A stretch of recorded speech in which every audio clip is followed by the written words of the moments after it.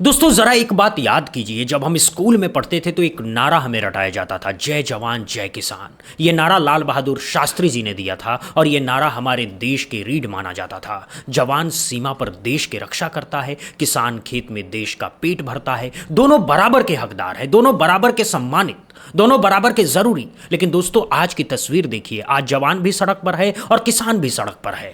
और सरकार क्या कर रही है? दोनों के सामने पुलिस के जवान खड़े कर दिए हैं, दोनों को रोका जा रहा है, दोनों को दिल्ली आने से मना किया जा रहा है, दोनों की आवाज को दबाई जा रही है। एक ही समय में दो मोर्चों पर लड़ाई, एक तरफ छात्र दूसरी तरफ किसान, दोनों देश के अलग अलग हिस्सों से, दोनों की अलग अलग तकलीफें, लेकिन एक ही जवाब मिल रहा है दोनों को, बैरिकेटिंग, लाठी, पुलिस, रुकावट। तो कहां गया वो नारा जय जवान जय किसान? क्या वो नारा अब सिर्फ किताबों तक सिमट कर रह गया है? क्या वो नारा अब सिर्फ भाषणों की शोभा बन गया है? असल जमीन पर तो कुछ और ही तस्वीर है। दोस्तों अभी कुछ दिन पहले हमने देखा कि कैसे हजारों छात्र दिल्ली की सड़कों पर उतरे, पेपर लीक के खिलाफ, बेरोजगारी के खिलाफ, शिक्षा व्यवस्था की बर्बादी के खिलाफ, और उनके सामने पुलिस के जवानों को खड़ा कर दिया गया, लाठियां बरसाई गई, आंसू गैस के गोले छोड़े गए, संसद के गेट बंद कर दिए गए। ये अभी ठंडा भी नहीं हुआ था कि अब किसान भी दिल्ली की तरफ बढ़ने लगे हैं। पंजाब के किसान बस में भर करके आ रहे हैं, कोई ट्रैक्टर ट्रॉली नहीं, कोई महीनों का सामान नहीं, सिर्फ 4 बस भर करके आ रहे थे, सिर्फ 4 घंटे का प्रदर्शन करने के लिए। इतना छोटा सा प्रदर्शन, इतनी छोटी सी बात, लेकिन उससे भी सरकार डर गई। हरियाणा पंजाब के शंभू बॉर्डर पर उन्हें रोक दिया गया, भारी बैरिगेटिंग, पुलिस बल की तैनाती, जैसे कोई दुश्मन आ रहा हो, जैसे कोई हमला होने वाला हो।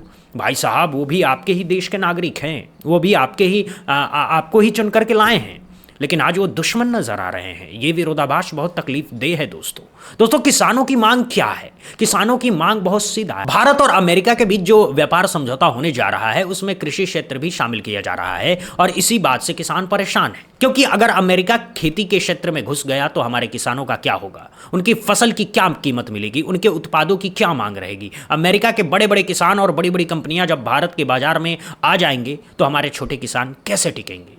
ये चिंता है किसानों की, और ये चिंता वाजिब है। कोई हवाई चिंता नहीं है, कोई बेबुनियाद डर नहीं है। ये वो चिंता है जो हर उस आदमी की होगी जिसकी रोजी रोटी खतरे में हो।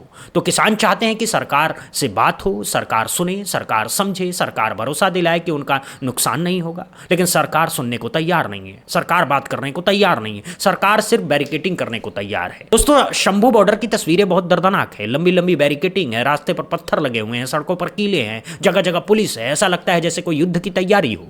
लेकिन सामने कौन है? अपने ही देश के किसान हैं, जिनकी मेहनत से आपकी थाली में खाना जाता है, जिसके पसीने से आपके शहरों में अनाज मिलता है, जिसके श्रम से देश की अर्थव्यवस्था चलती है। उसी के रास्ते में कीलें लगाई जा रही है। ये कैसी विडंबना है? ये किस लोकतंत्र की तस्वीर है?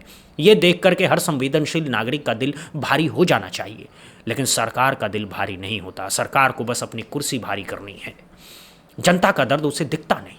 दोस्तों टिकरी बॉर्डर पर भी यही हाल है, यूपी गेट पर भी यही हाल है, सिंधु बॉर्डर पर भी यही हाल है। मानो पूरी दिल्ली को एक किले में तब्दील कर दिया गया है, जहां कोई अंदर नहीं आ सकता। कोई अंदर आना चाहे तो पहले उसकी पहचान होगी, पूछताछ होगी, तलाशी होगी, फिर तय होगा कि अंदर आने देना है या नहीं। भाई साहब ये दिल्ली है, ये हमारे देश की राजधानी है, यहाँ हर नागरिक को आने का हक है। ये किसी की जागीर नहीं है, ये जनता की है, और जनता के लिए यहाँ के दरवाजे हमेशा खुले होने चाहिए। लेकिन आज ये दरवाजे बंद हैं, जब चाहें तब खुलते हैं, जब सरकार को सूट करे तब खुलते हैं, बाकी वक्त बंद रहता है। ये लोकतंत्र नहीं है दोस्तों, ये कुछ और ही है, जिसे शब्दों में बयां करना मुश्किल है। दोस्तों किसानों ने बहुत साफ बात कही है। उन्होंने कहा है कि वो कोई टकराव नहीं चाहते, वो कोई लड़ाई नहीं चाहते, बस अपनी बात रखना चाहते हैं। हम ये बात पूरी देश की जनता 140 करोड़ लोगों के पटल पे रखना चाहते हैं। क्या पंजाब को हिस्सा नहीं माना जाता देश का? उसके बारे में बड़ी बातें। हमें भी अपने देश की राजधानी में जाकर 4 घंटे का पीसफुली ढंग से अपना विरोध प्रदर्शन करने का हक होना चाहिए। पहले तो बोलते थे आप ट्रैक्टर ट्रॉली लेके आए हो, पक्का बैठोगे। अब तो हमने 4 घंटे का था, बसें जा रही हैं, 50-50 हजार रुपया हम लगा रहे हैं, एक दिन भी बस अधिक रोक नहीं सकते, इतना डीजल बलेगा। अब तो हमने जाना था, तो आज भी देखिए हमें शंभू पर रोका जा रहा। तो हरियाणा सरकार की नीयत और नीति सामने आ गई है। हरियाणा सरकार जिस तरह से सैनी साहब भाग भाग के जाते हैं, पंजाब में भी हमारी जो सरकार है वो सब कुछ करेगी, वो चेहरा नंगा हो रहा।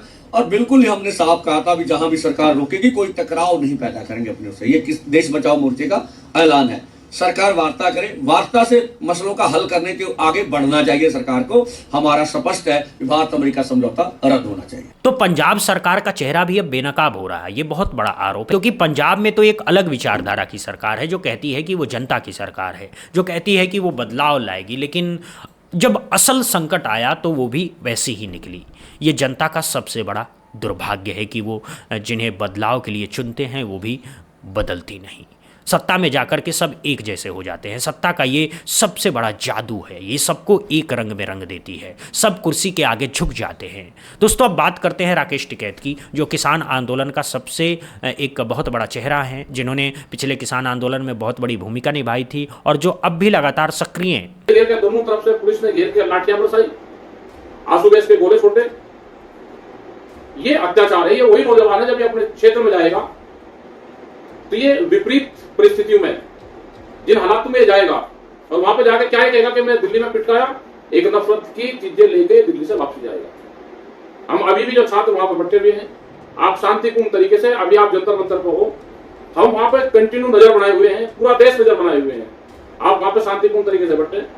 कल हमारी संयुक्त मोर्चा की मीटिंग है, सब जगह डिस्ट्रिक्ट हेडक्वार्टर पे हमारे प्रदर्शन है, हमारी पंचायतें हैं, और हम उसमें निर्णय लेंगे। ये इशू भी उसमें रहेगा।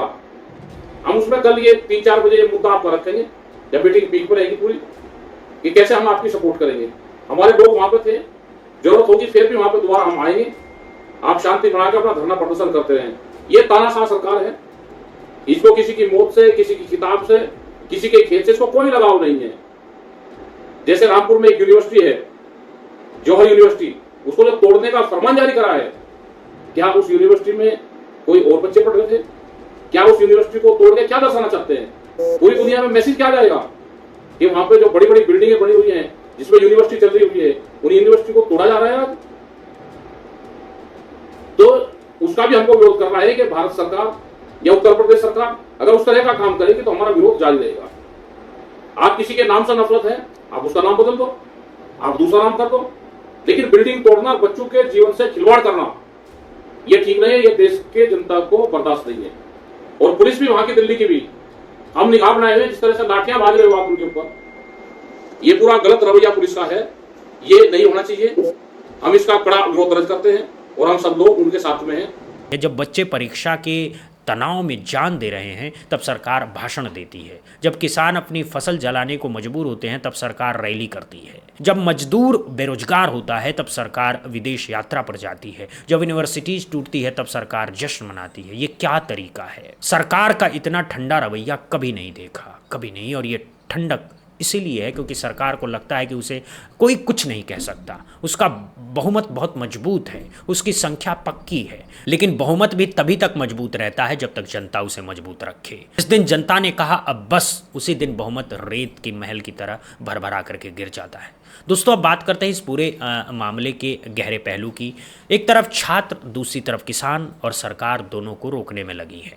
दोनों के सामने पुलिस को खड़ा कर रही है। अब सोचिए, जब सरकार दोनों को एक साथ रोकेगी तो क्या होगा? क्या पुलिस 2 जगह एक साथ रह सकती है? क्या पुलिस 10 मोर्चों पर एक साथ लड़ सकती है? क्या पुलिस सब जगह ताला लगा सकती है? नहीं, ऐसा हो नहीं सकता। ये जो शक्ति है वो सीमित है, और जब ये शक्ति सीमित है तो एक न एक दिन थक जाएगी, एक न एक दिन हार जाएगी, और उस दिन जनता की जीत होगी। लेकिन उससे पहले कितना नुकसान होगा, कितने लोग पिटेंगे, कितने लोग जान देंगे, कितने सपने टूटेंगे, इसका हिसाब कौन देगा? कोई नहीं देगा, क्योंकि हमारी व्यवस्था में हिसाब देने की परंपरा ही ख़त्म हो गई है। कोई जिम्मेदारी नहीं लेता, कोई इस्तीफ़ा नहीं देता, कोई माफ़ी नहीं मांगता, बस चलता रहता है सब कुछ। जैसा चल रहा है वैसा चलता रहता है। ये सोच सत्ता में जड़ पकड़ चुकी है।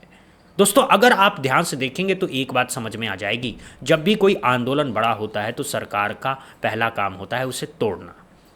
कोशिश करती है कि आंदोलनकारी अंदर से बढ़ जाएं, किसी को कुछ लालच दे दें, किसी को कुछ पद दे दें, किसी को कहीं जगह दे दें। लेकिन जब आंदोलनकारी नहीं टूटते तब सरकार बल का इस्तेमाल करती है, बैरिकेडिंग करती है, लाठी चलाती है, आंसू गैस छोड़ती है, और अगर फिर भी बात नहीं बनती तो झूठे मुकदमे लगाती है, नेताओं को जेल में डालती है।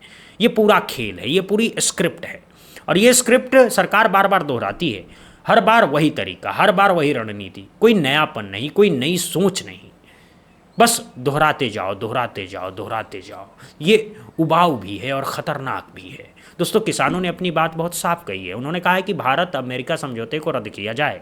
ये डील अभी अंतिम रूप से हुई नहीं है, लेकिन जो शुरुआती ढांचा सामने आया है उसमें कृषि क्षेत्र के कुछ हिस्से अमेरिका के लिए खोले जा रहे हैं। किसानों को डर है कि आज एक दरवाज़ा खुला है, कल पूरा घर खुल जाएगा। धीरे धीरे अमेरिका उत्पाद भारत के बाजार में भर आएंगे और भारत का किसान अपनी ही ज़मीन पर पराया हो जाएगा। ये डर वाजिब है, क्योंकि ये पहले भी कई देशों में हो चुका है।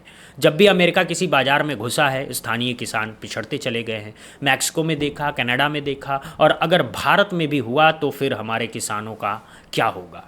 इस सवाल का जवाब सरकार को देना चाहिए, लेकिन सरकार जवाब नहीं देना चाहती। इसीलिए किसानों को रोकना चाहती है, इसीलिए सवाल पूछने वालों को रोकती है, क्योंकि जवाब देने की तैयारी नहीं है। दोस्तों, अब बात करते हैं इस पूरे मामले की राजनीति की। जब देश में एक साथ इतने आंदोलन हो रहे हों, जब देश में एक साथ इतने लोग सड़क पर हों, तब समझिए कि हवा बदल रही है। इसका मतलब ये है कि जनता का धीरज खत्म हो रहा है। जनता अब ज़्यादा दिन चुप नहीं रहेगी, और जब जनता बोलती है तो कुर्सियां हिलती है, सिंहासन डगमगाते हैं, तख्ता पलटते हैं। ये इतिहास ने बार बार दिखाया है कि हमारी अपनी आज़ादी की लड़ाई भी इसी का नतीजा थी। जब जनता उठी तो अंग्रेज भी टिक नहीं सके। तो आज की सरकार को समझना चाहिए कि जनता से लड़ाई मत लो, जनता से बात कर लो, जनता को सुन लो, जनता की मान लो। यही तरीका है। लेकिन शायद ये तरीका आज की सरकार को पसंद नहीं।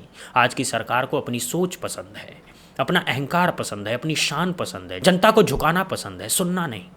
दोस्तों, एक बात और सोचिए, जब हमारे देश में किसानों और छात्रों के एक साथ रोका जा रहा है तो पूरी दुनिया क्या देख रही है?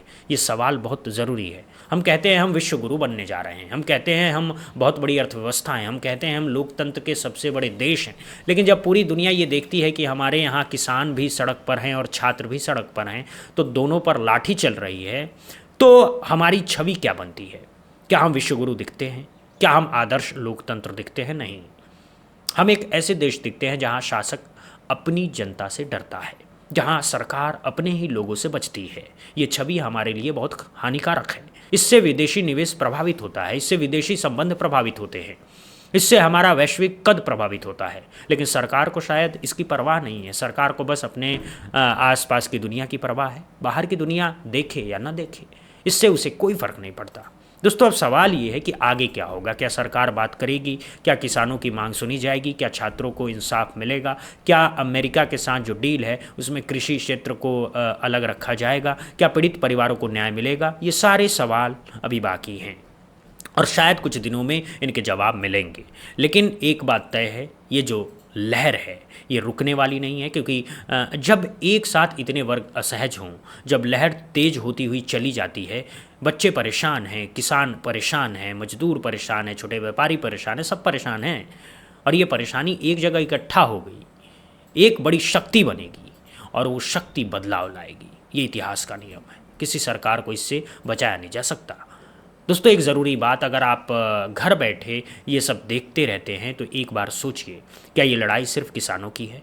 क्या ये लड़ाई सिर्फ छात्रों की है? नहीं, ये लड़ाई आपकी भी है, मेरी भी है, हर उस आदमी की है जिसकी रोजी रोटी इस देश में है, जिसका परिवार इस देश में है, जिसके बच्चे इस देश में पढ़ रहे हैं, जिसकी उम्मीदें इस देश से हैं। तो चुप मत रहिए, बोलिए, जहाँ भी बोल सकते हैं वहाँ बोलिए, परिवार में बात करिए, दोस्तों से बात करिए, सोशल मीडिया पर लिखिए। ये सब मिलकर के एक आवाज़ बनती है, और जब आवाज़ें मिलती है तो एक गूंज बनती है, जिसे सरकार को सुनना पड़ता है। मान्यता नहीं देनी होती, सुनना पड़ता है, और सुनने के बाद कुछ न कुछ करना पड़ता है। यही लोकतंत्र का सबसे बड़ा हथियार है, हमारी आवाज़, हमारा शब्द, हमारा वोट। लेकिन वोट तो 5 साल में एक बार, शब्द तो हर दिन बोला जा सकता है। दोस्तों, जय जवान जय किसान ये नारा फिर से जिंदा करना है हमें। सरकार को याद दिलाना है कि जवान का सम्मान करो, किसान का सम्मान करो। दोनों देश की रीढ़ है, दोनों की मर्जी के बिना देश आगे नहीं बढ़ सकता। दोनों को नज़रअंदाज करके कोई सरकार टिक नहीं सकती। ये सत्य है, ये इतिहास है, ये वर्तमान है और ये भविष्य है। तो सरकार को ये समझना ही होगा। नहीं समझेगी तो जनता समझा देगी। बस इतना ही आज के लिए। आप कमेंट में ज़रूर बताइए कि इस पूरे मामले पर आपकी क्या राय है। क्या आपको लगता है कि सरकार अब किसानों की सुनेगी? क्या आपको लगता है कि छात्रों का आंदोलन जीत की तरफ बढ़ रहा है? क्या आपको लगता है कि जय जवान जय किसान का नारा आज भी उतना ही प्रासंगिक है? आप अपनी राय कमेंट में ज़रूर लिखिएगा। वीडियो पसंद आया तो लाइक कीजिए, शेयर कीजिए और चैनल को सब्सक्राइब करना मत भूलिए। मिलते हैं एक और ज़रूरी खबर के साथ, तब तक के लिए जय हिंद, जय भारत, वंदे मातरम, इनकलाब जिंदाबाद।